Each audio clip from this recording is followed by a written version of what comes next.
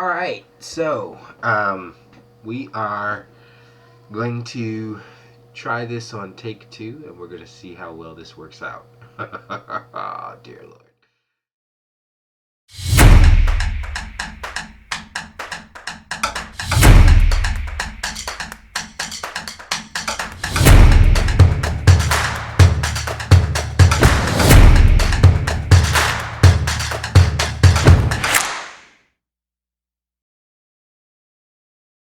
Anywho, it is late, and I am trying to re-record this because apparently everything I did for the past couple hours was worthless. So, um, anywho, um, today we are going to get to the speaking part of this series. I do think it's relevant. I know that it's been fun to kind of look at pictures up to this point and a little bit of video. Um, And wouldn't you know it, we are going to have some video to discuss a little bit today. Just kind of putting a nice bookend to the last video in this series. But I think it's going to look a bit more like a podcast and feel a bit more like a podcast today. And in a lot of the videos coming forward, we're going to see a lot more of a podcast feel, right? But that is okay. Hopefully, the things I have to say and the message here will be at least enough to make you think. So, we are going to talk about quite a few different things. But first, I want you guys to look at this video to kind of end the drive the point home, rather, that I was trying to make in the previous video. And then we'll talk about it on the other side. Okay, here it goes. Amen.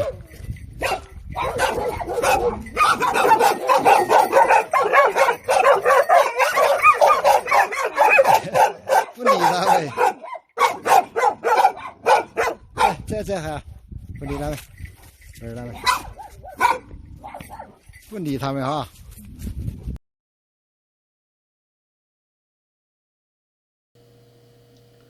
So, originally I was going to just show this clip once and make a few short comments on it.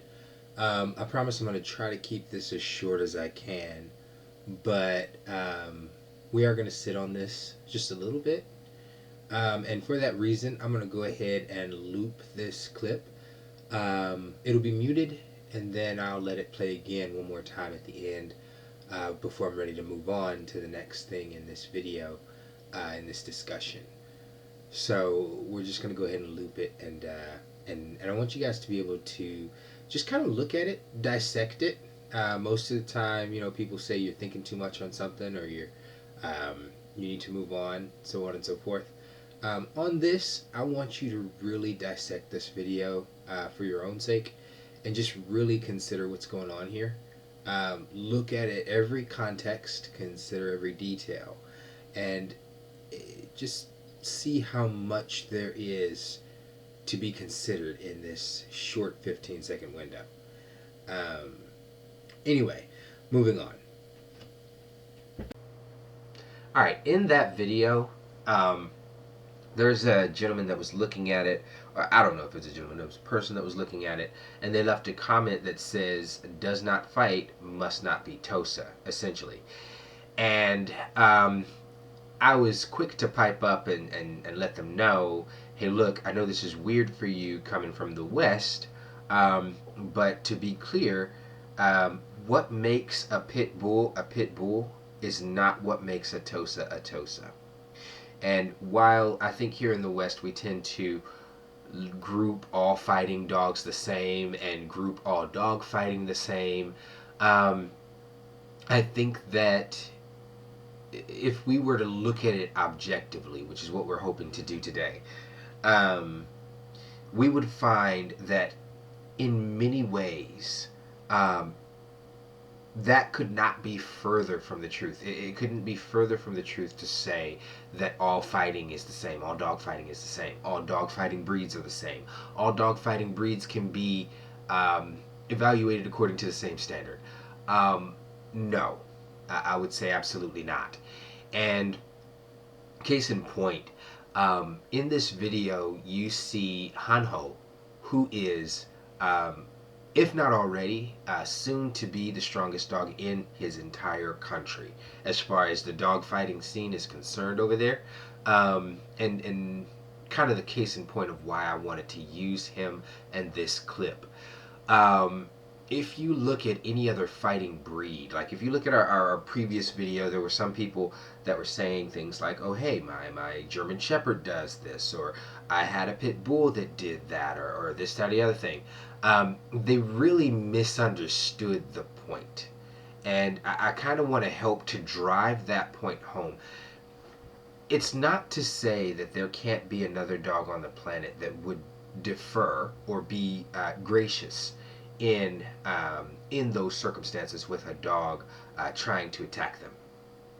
It is to say that, or actually, let me even go further as to say that if you look at like TikTok, YouTube, it's not hard to find videos, right, of I think I saw one the other day where a doggo was standing there and some other dog was coming at it and it didn't flinch. It just kind of stood there and stood its ground and didn't bark or growl back. Same thing with a Kangal, all these different dog breeds. And I want to say that for starters, these would be dogs that you would consider exceptions, whereas in Tosa's, it is the rule.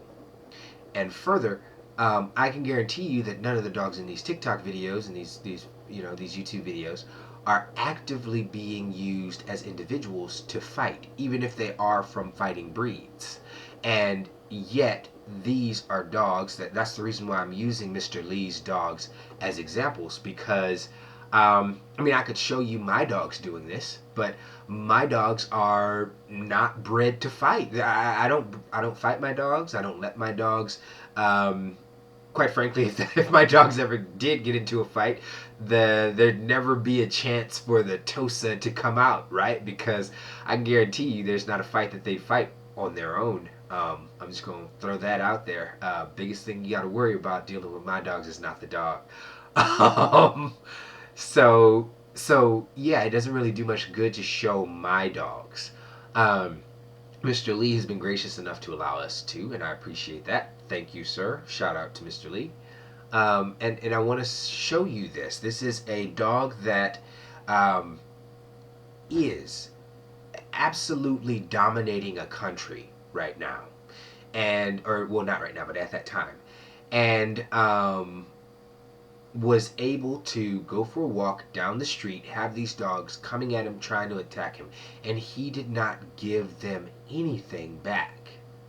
And as I was talking to the person that made the comment, I wanted to be clear and say the fact that he did not fight is the proof that he's Tosa Inu. The fact that he did not mirror that or give that back, that is the proof that he's Tosa Inu. And I think that a lot of people are going to misunderstand that. That's the purpose of this series. But I think a lot of people, they hear that and they think, oh yeah, he's so confident and he's so, dominant and alpha and this, that, and the other thing.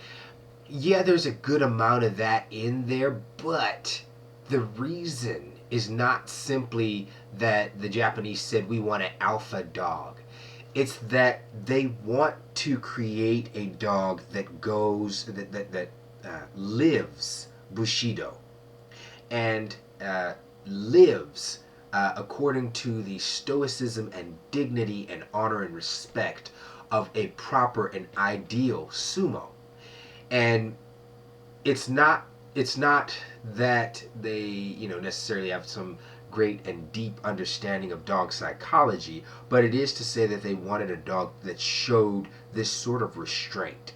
Now, the reason why it does that, we can debate and all that other fun stuff, but the fact that it does that, and not just that it can, but that it does, and not just that it does or that it did, but that is what is expected of it. I want you to look at any other dogfighting breed, name your pick, and quite frankly any other working breed where it is considered desirable and even correct if the dog would not fight or give anything back in this instance. There's no such thing. And while there might be an individual that does, that dog is not considered a good fighter. That dog is not considered a real protector, a real anything. They're not considered a dog of nerve, a dog of mettle, a dog of grit. They're not considered a good dog. Maybe a great pet, maybe great for a pet home if somebody was looking for that. But there is no Western dog man that wants their pit bull to respond in this way to any dog, quite frankly. Let alone stray dogs on the street coming at them. Not at all. It's not considered a character plus or a virtue, which is opposite in Tosa's in that it's not only considered a virtue, it is the bare minimum. It is what is expected. So, contrary to what you might see with a lot of other fighting breeds, especially here in the West, especially here in America, Tosas are expected to be perfectly fine with house dogs in Korea. There are several dogmen who their wives, their children, people in their lives have other dogs. And the Tosa is just fine to meet those other dogs. They'll play with those other dogs.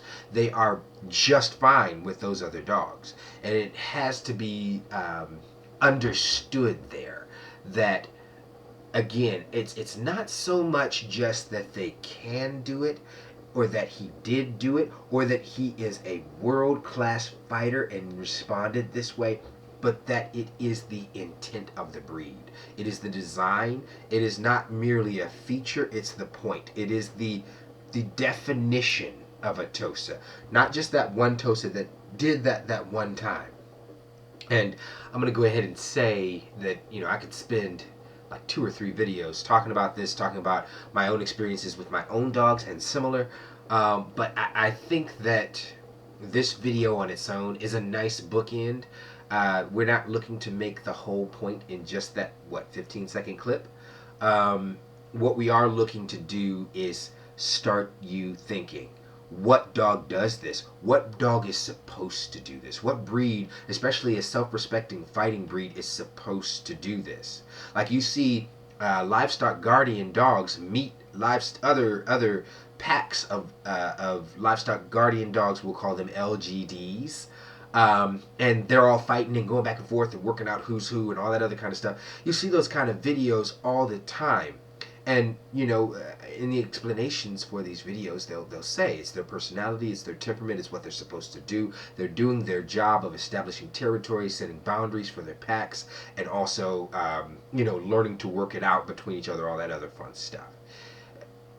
Tosas, you don't see that.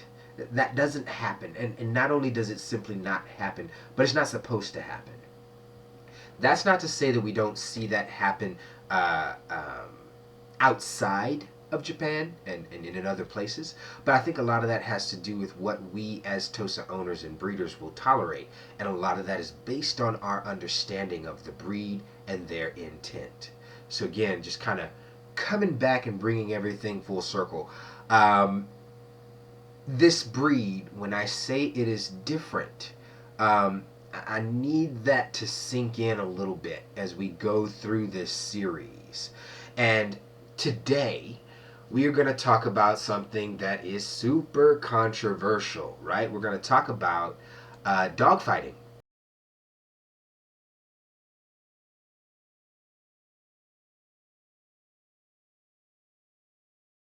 But I want to be clear.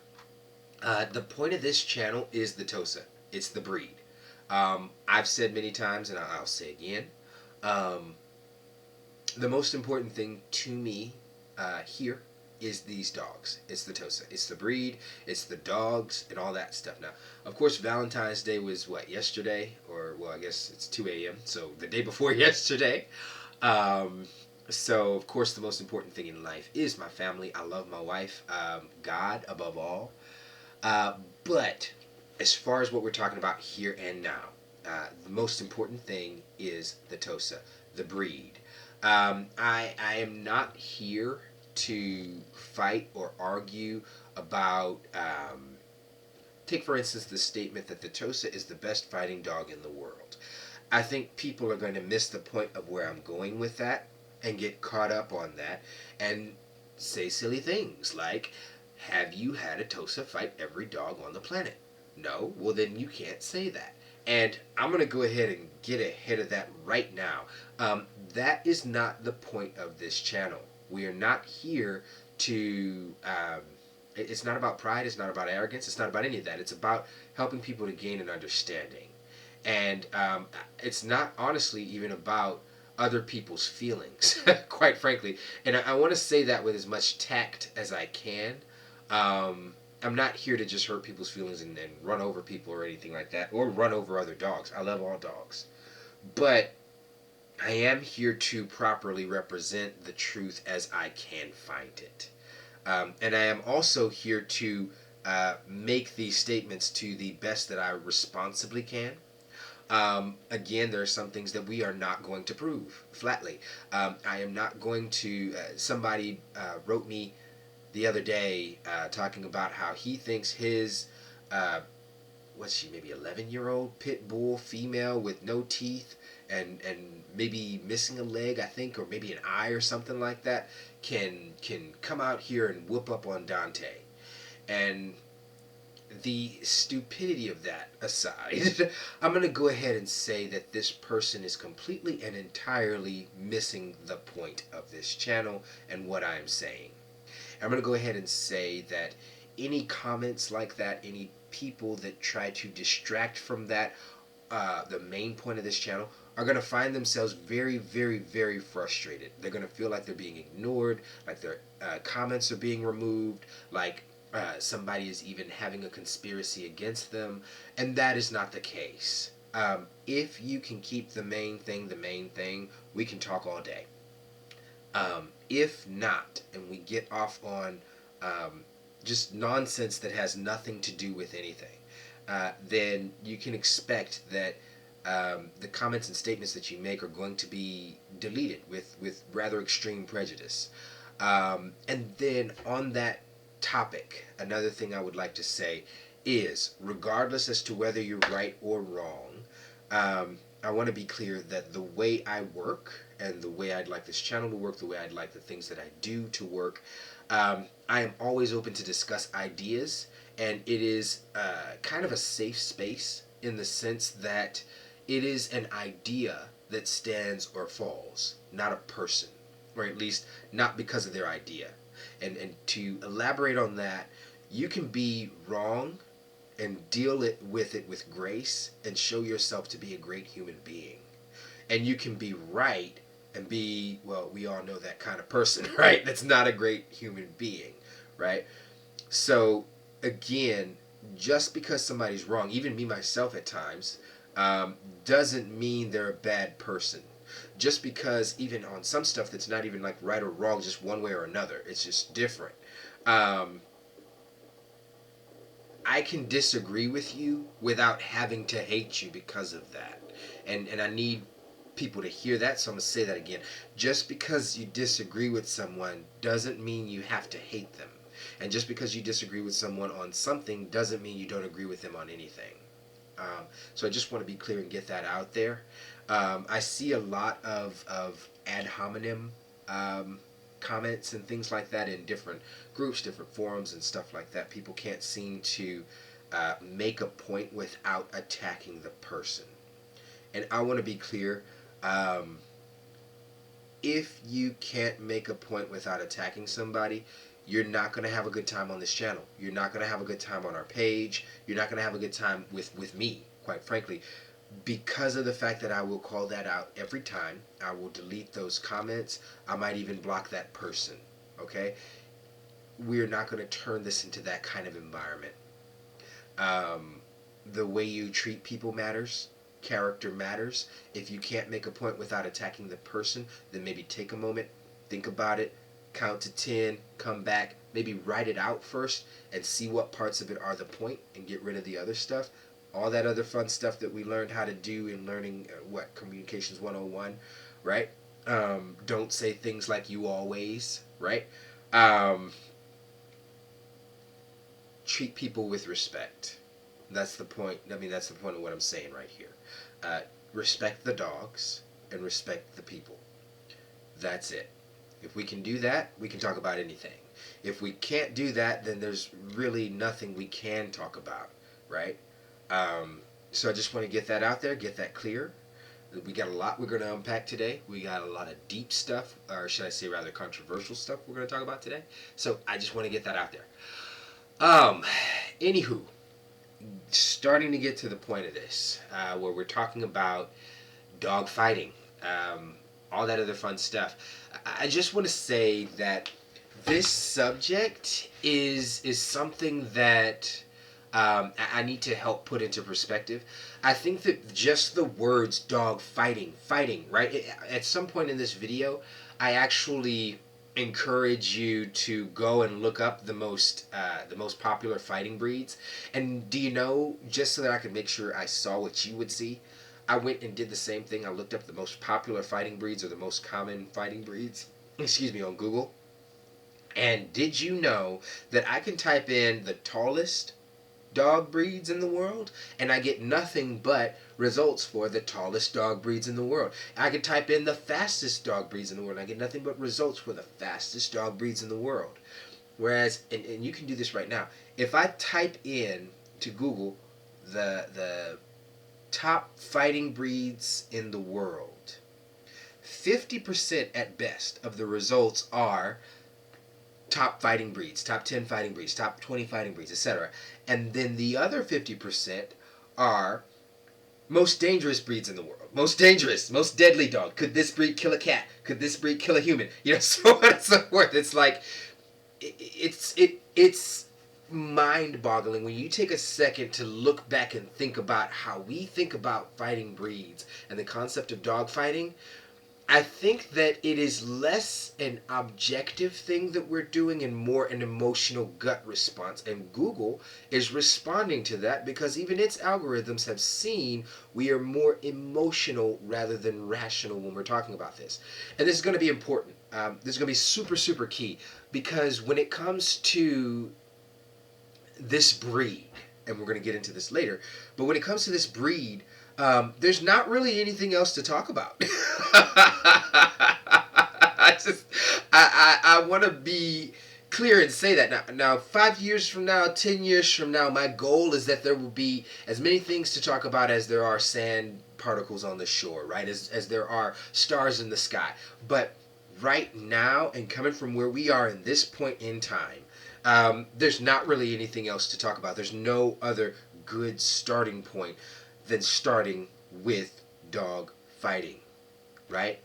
So it's going to be super, super important that we kind of set the emotional side of it aside just long enough to have this conversation.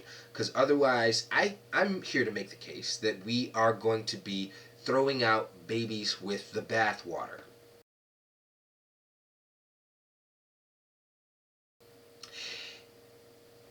Here's what I will say. I, therefore, am going to be taking a more objective, we'll say devil's advocate role in this. And the first thing I'm going to do is I'm going to punch you in the face. Right? It's metaphorical. I'm not actually going to punch you in the face. That's not a thing. But I am going to really hit you with some food for thought. Again, speaking objectively, and if we could say, not just objectively, but speaking from the Japanese dog man's perspective. We here in the West are hypocrites. And I'm going to lean in closer to the mic so that you can hear that in case you missed it. We here in the West are hypocrites. And I'm going to say this. Again, from an objective standpoint. Let's look at this.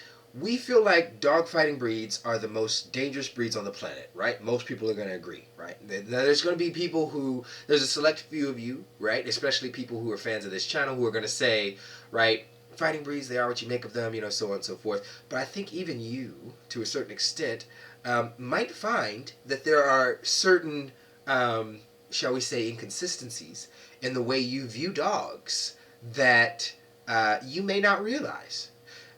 Let's look at the, I'll call it American hypocrisy, but it's really Western hypocrisy, um, and touch into that, right? When it comes to it, if I could just get straight to the point and narrow down what the problems we have with fighting dog breeds, right? The fighting breeds. What is the problem that we have with these dogs? Why don't we like them? Why do we feel like they're the worst thing on the planet? Now, you can ask a million people, you'll get a million answers. But what I like to do is categorize those answers to make it more efficient to deal with them.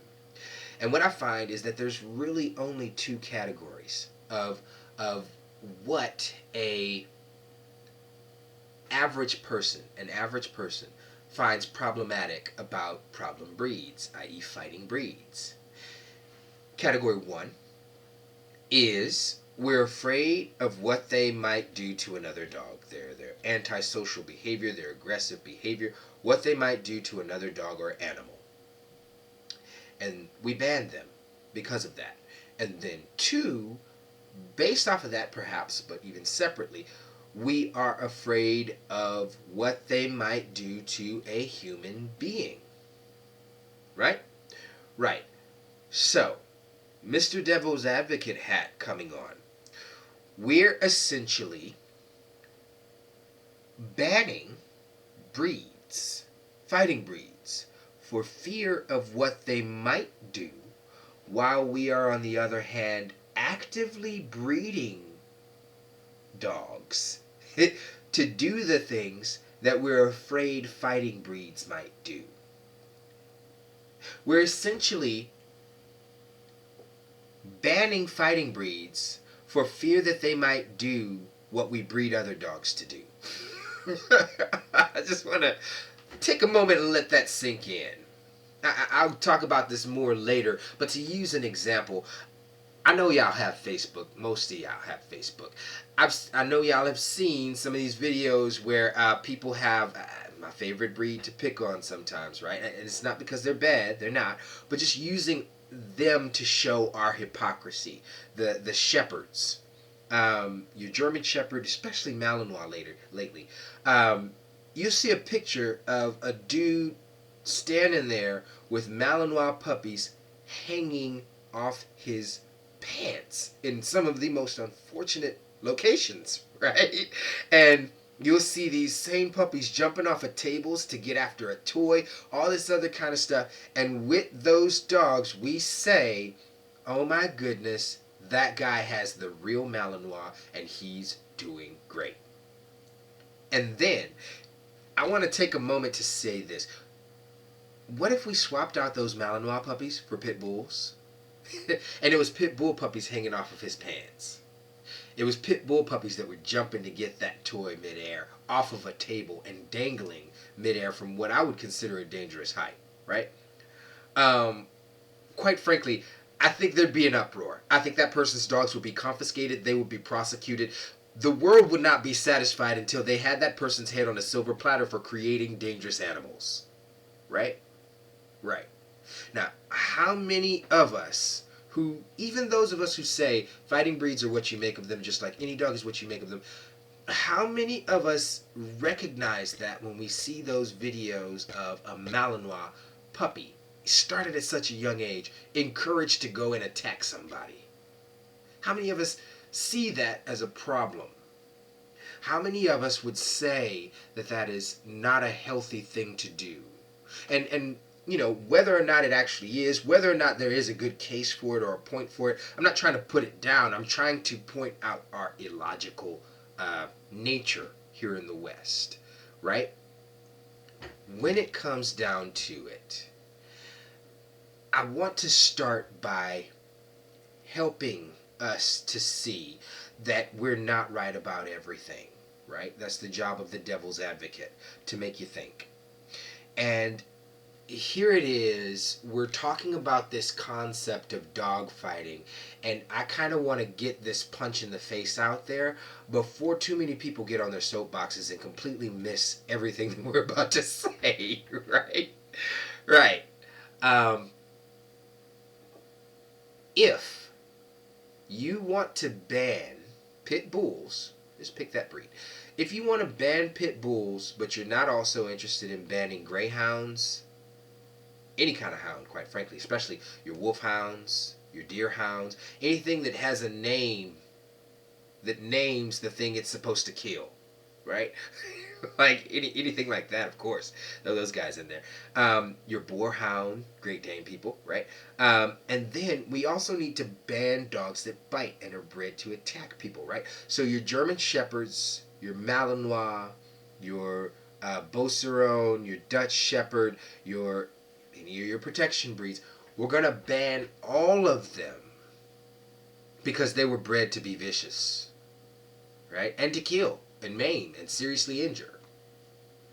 If you are not just as interested in banning them as you are in banning pit bulls, then you may be somebody who we'll say has fallen victim to our Western ideals that include a certain sense of moral high ground, despite never actually looking at what it is we believe, right?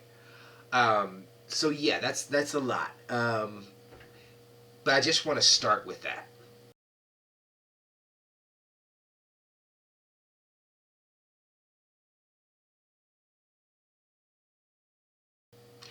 Okay, when it comes to what we're talking about here, again, we're talking about dogfighting. And I want to be clear that I've been able to talk with several different people who engage in it and interview them. A lot of them aren't willing to allow their voice or their conversations to be reproduced, and in the interest of protecting sources, I am not going to do that here. But I do want to say that if I had not sat down and talked with all these people, I would not have the understanding that I have now. And I've found that several of them have been people that I've been able to have normal conversations with and speak with on a rational level. I believe some of which I've changed their minds, some of which I've simply made them think, and some of which, we just agree to disagree. But I want to say that there is a certain importance to being able to hear someone out even when you flatly disagree with them. I think that there is a ability to completely and flatly shut someone out that you disagree with, even to give up and say that they're never going to change their mind. And I don't think that that is a good way to go about what we're trying to accomplish here. So some of the points that I'm making are coming from what we may consider the other side. Again, right, devil's advocate, right? So when it comes to it, I think that even more so when talking about the Tosa, the importance of hearing someone out even when you flatly disagree with them, it's more than simply changing the other one's mind. It's an understanding. It's reaching an understanding with the other person, which is perhaps the greater purpose. Even if your goal is to change someone's mind, you can't do that without first getting an understanding of those you intend to reach. You can't just say, for instance, that dog fighting is wrong and even illegal, right? The government here in the U.S. did that, and dog fighting actually grew. Not only grew immediately, but continues to grow to this day, right? So in order to actually address that, you have to reach the people. You have to help them to see the truth about what they're doing and what they believe, and they will make the decisions on their own of whether or not it's something they want to continue to do. And I do think that, again, this is a very fraught topic. I encourage you to hear me out entirely, hear where I'm going with things, and don't just react to statements. When it comes to other people, again, I encourage you to do the same as you continue to learn about this breed.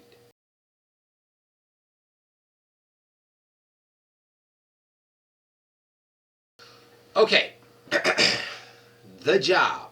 The job of the Tosa, right? Their traditional purpose, their only purpose, quite frankly, throughout history, has been dog fighting. So we're going to talk about what it is and what it isn't. Um, we're going to get back to that hypocrisy thing and just touch on it a little bit more before we move on. Why did I mention all those breeds, right? Why did I mention the Greyhound, the German Shepherd, etc., etc., etc.? Specifically, we're going to talk about the Greyhound for one part of what we fear fighting dogs for, and then we're going to talk about the German Shepherd and a couple other breeds for the other part. So, dog fighting. We're afraid of fighting breeds because of what they might do to another dog. While we breed coursing dogs to hunt and kill. That's it. Right? Especially, right, greyhounds, I can guarantee you that the pit bull could kill a dog a day. Every pit bull on this planet could kill a dog a day for this year, for this entire year. And I can guarantee you that they would not begin to touch the tip of the iceberg of the body count of the greyhound breed. That's just talking about that breed. Going back to the days of the Bible, the greyhound is mentioned by King Solomon in the book of Ecclesiastes, which tells us not only is that dog that old, but they also had established a reputation by that time. So we're talking about an ancient breed that when it comes to running down and killing things, they does this, right? That you can put that on a t-shirt and put that on your greyhound. And a lot of people talk about what the pit bull could do to a coyote, a pit bull with another dog, or this, that, the other thing, and all these fighting breeds. And I'm going to go ahead and tell you this. You talk about a pit bull's jaw muscles, they're not the only muscular dog out there. And when you look at a greyhound and the way they are built, yeah, they have a very slim waist. Can be as thin around as my arm, right? But their thigh muscles are bigger than mine. These are athletes in the extreme. And when it comes time to dispatching whatever it is they are going after, you will not find a better dog to run something down and kill it. That is what they do. And they're lauded for it and used every day here in the U.S. to run down and kill wild dogs like coyotes, yes, and occasionally, if they get the chance, a wolf or two, right? But they've been used to run down and kill feral animals, like nuisance, feral dogs, things like that. If you have never seen the sheer power of a greyhound just absolutely ragdolling another dog's carcass, I dare say you have not fully understood what these dogs are capable of. And when it comes to it, I'm not trying to put down greyhounds.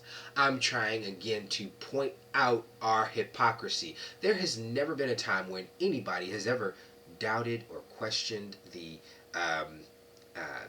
social or sociability of a greyhound. There are no caveats in their breed description or temperament description. There is no one trying to ban them from the HOA. And there has never been a greyhound tax included on your homeowner's insurance or being banned from a hospital for a breed, excuse me, not a hospital, an apartment for a breed simply because you had a greyhound.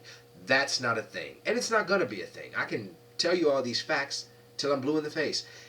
It's not going to be a thing. Why?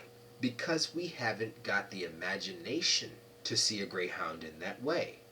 Yet, again, you could combine just about every one of the famous, dangerous dog breeds out there, and I can guarantee you they don't have a higher body count than the greyhound going way back. And before you say they were just used to hunt animals, I'm going to tell you that our world and civilization was not always so polite as it is. And they were most certainly and unquestionably used on slaves and people going again way, way back to run things down, catch them, and if necessary, kill them. When it comes to it, we ban pit bulls because of fear that they might end up being like a greyhound. the dog we breed to do what we're afraid the pit bull might do. I'm gonna let that sink in.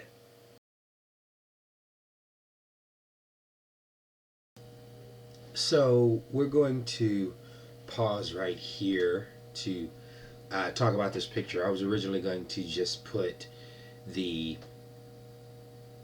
text over the top of it, but it ended up being way too many letters and it was tough to read. So I'm just going to chit chat about this. This next picture in particular is one that is, again, very telling. I think a lot of people talk about dog fighting breeds, even dog fighting breeds and war dogs that go way, way back. I'm talking some of the oldest dog breeds, and even if you're talking about some of the oldest professions like livestock guardians and shepherd dogs, as far back as we can go. Did you know that there is no other profession, at least at the time of this recording that I'm aware of, that dogs have been employed in or used for that predates their original purpose, running stuff down and killing it? Like, that is probably the simplest way to describe man's original purpose with dogs. Now, granted, there were additional benefits, the protection and all that other kind of stuff, but fundamentally, regardless as to who you ask, dogs were originally tamed to help us hunt, to help us kill. And funny part about it, they've never actually stopped. Like, I don't know who needs to hear this, but if you go back, there's never been a point in history where dogs were not used to kill stuff. There's never been a point in history where we were not killing things with our dogs and using them to hunt down and kill stuff. And I mean, if you look at dog breeds in just about every category, that's what we use them for. How many dogs have been named for what they kill? The fox terrier, the wolfhound, the deerhound, the boarhound, aka the Great Dane. We could go down the list and talk about how we breed dogs to go hunt down and kill stuff, and this is no exception. And this picture here, again, I say it's telling because we're kind of focusing on the Greyhound, and I'm using them to help to illustrate our lack of imagination, right? We tend to only think of what the news tells us is a dangerous dog, as opposed to understanding the nature of what we actually use dogs for and the nature of the beast, right? When it comes to it, the dogs in this picture are not actually greyhounds. They're not. They're a type of scent hound. It looks like to be either some type of pointer or perhaps beagles. But make no mistake of what they're there to do and what's finna happen to that coyote. There is no question about it. And quite frankly, that is their purpose. It is not something that is restricted to greyhounds. And this is what I'll say. You know, again, I gave that statistic for pit bulls versus greyhounds. If we combine every dog in the hunting group, every scent hound, every sight hound in the hunting group, I'm not talking about our retrievers, though we could probably toss them in as well. Let's talk about our scent and sight hounds. If we combine every dog in that group and then put them next to every dog in every other group combined, there would not be a close competition for who kills the most. Not just has killed the most, but kills the most, because we still use them for it to this day. It's something we see as a necessary part of life in so many places, even here in the West, with all our sophistication and all of our ideals. We don't care. we really and truly could not be bothered to care less. Quite frankly, we can care less.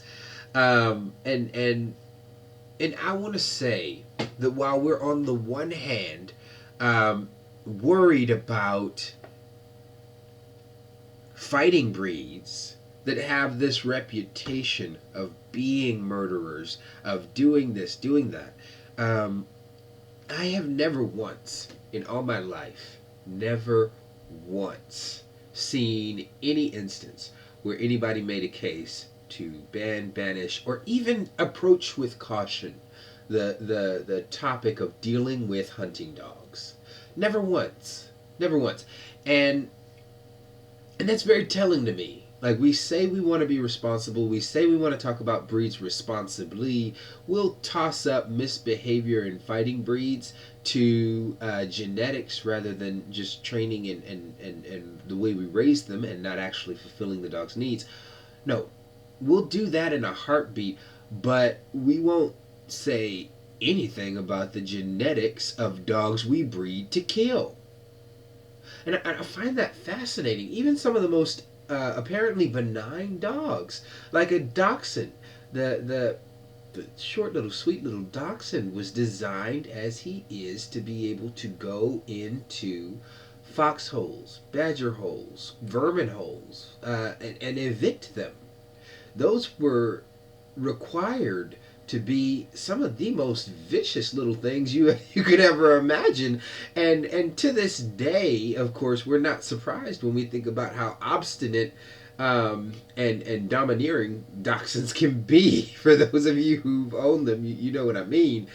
They don't take nothing off of nobody, you know, and and that's it. Like, I don't get how we don't see that. Like, playing the devil's advocate here for as short as this video might be, right? I find it fascinating how blind we are to this in the West. We have Europe and the UK that just banned bullies for what we think they did, though we can't define them well enough to ban them or know what we're trying to ban, but we do know well enough what they are to say that they're the ones that did the crimes that are getting them banned, right? And further, we will ban them but have absolutely no problems gathering everyone together for a jolly old time as we all mount up on our horses and run hundreds of foxhounds and English pointers and such through the countryside on a hunt. We have no problem with it at all whatsoever. And that, to me, has got to be, it's just mind-boggling how blind we are to that, you know. So this isn't intended to be a preachy video, so I'm going to get back to what I was talking about. But I just wanted to take a moment to really just I mean, hammer that nail in hard for a bit. But okay, you guys have heard enough of me running my mouth on that.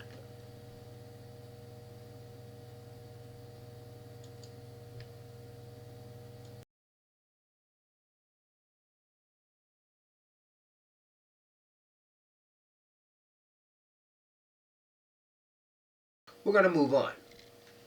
We're going to talk about the German Shepherd, right? The German Shepherd is going to be the other side of that equation, right? We fear what they might do to people.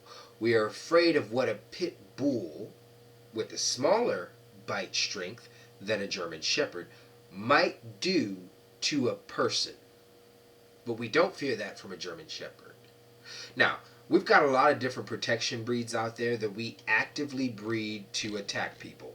Cane Corsos, Malinois, Rottweiler, Doberman, intended to attack people, right? These are breeds that from the start were made to attack people. The poacher dog, right? Some of you know them as the bull mastiff. The fila brasileiro, it's ojeriza. If you're talking about dog breeds that were made to attack people, the list is long and includes a lot more than what you might realize.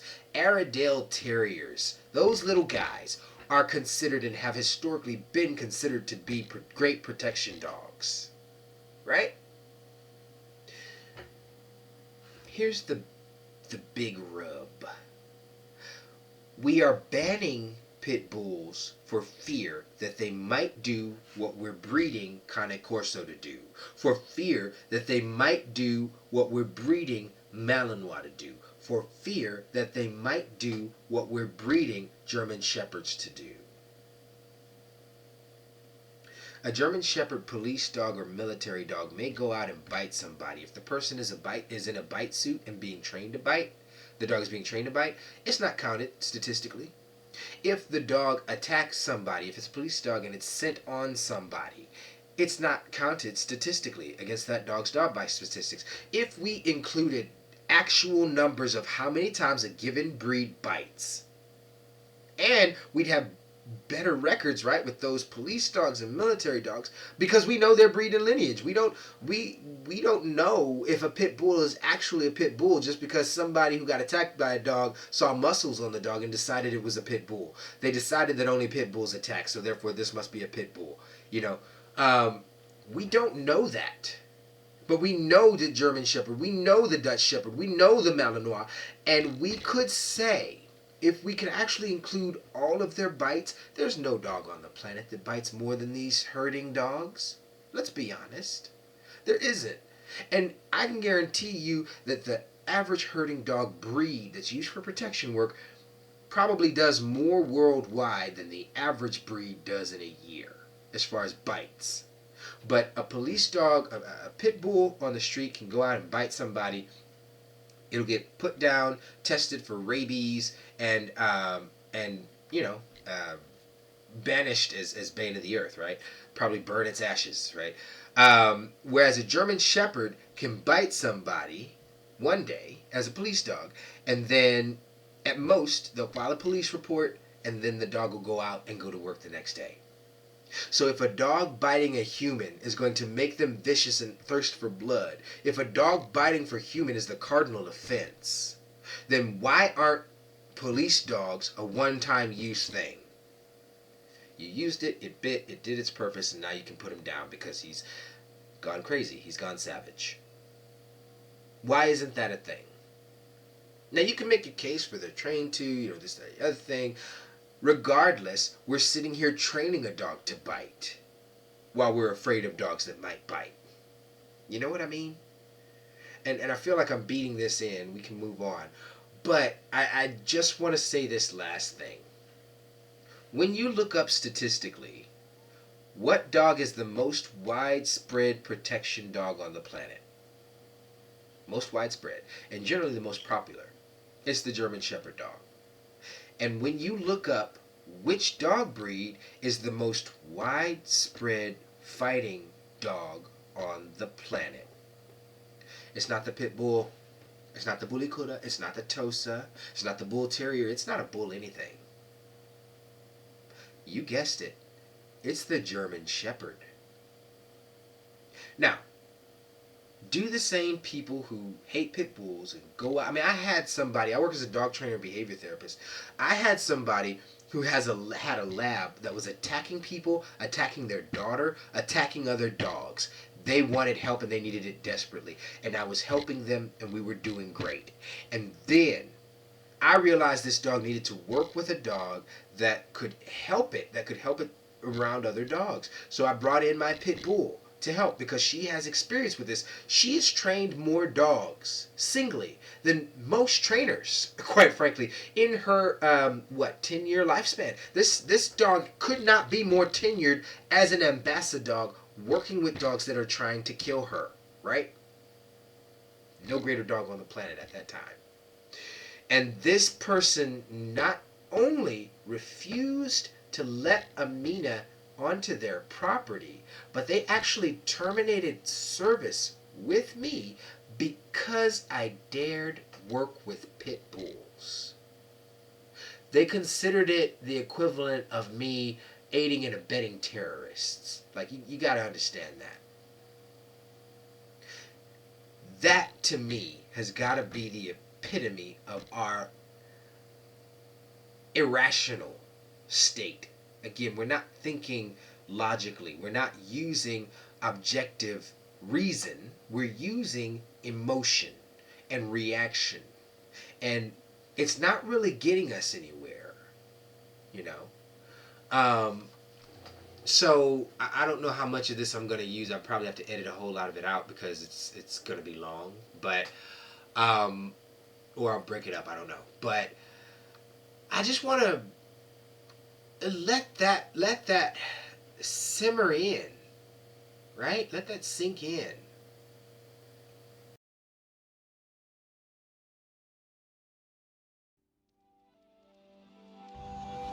Thank you guys so very much for checking out our channel, for watching our videos. I hope I wasn't too boring. Thank you for following us or watching us. If you do not already follow us, please follow. If you have not liked this video, please like, and please subscribe, and you'll be able to keep up with the next videos we put out about Tosas. We love what we do here. There'll definitely be more videos. And you can learn a bit more about the breed, learn a bit more about us, and hopefully it'll be stuff that you'll find useful. One other thing I would say is that if you can, please share our information. I know a lot of people will say share, but for us it's actually more important. You may not know this, but the Tosa is what we might consider an endangered species here in the US and even in the West. I would say the place that the place that the Tosa is right now is not unlike the place where the pit bull was in the mid 50s throughout the 70s, in that they no longer are used for their original purpose here in the US. Thank God. They are not used for their original purpose. So that kind of leaves a vacuum. The breed's notoriety is going down in that vacuum, but what that opens the door for is for bad actors to get a hold of what remaining specimens there are and use them for, we'll say, nefarious purposes. And when it comes to it, this is a wonderful breed. We just barely got the pit bull to where it's like 50-50 publicity, right? I'd hate for the Tosa to be the next dog everybody hates. So please share as much as you can. Get the information out there about the breed. It took so long for the pit bull to make a comeback, not because of breeding and responsible breeding practice. No, there's always been people that have been breeding pit bulls responsibly. You know, what it took was having people in their corner. Advocates, people who could stand up and say, that's not the way pit bulls act in reality. That's a dog that's been abused. That's a dog that's been mistreated. That's a dog that's been mistrained. And that can happen to any breed, you know? And the more that those people get out there, the more you see the pit bull coming out in a better light, you know? Unfortunately, it's still got a long way to go, but that was the change. And the same thing is true for the Tosa. We need people who are going to get out there and say, hey, look, that behavior right there, that's not a Tosa. This, that, the other thing, that's not Tosa behavior.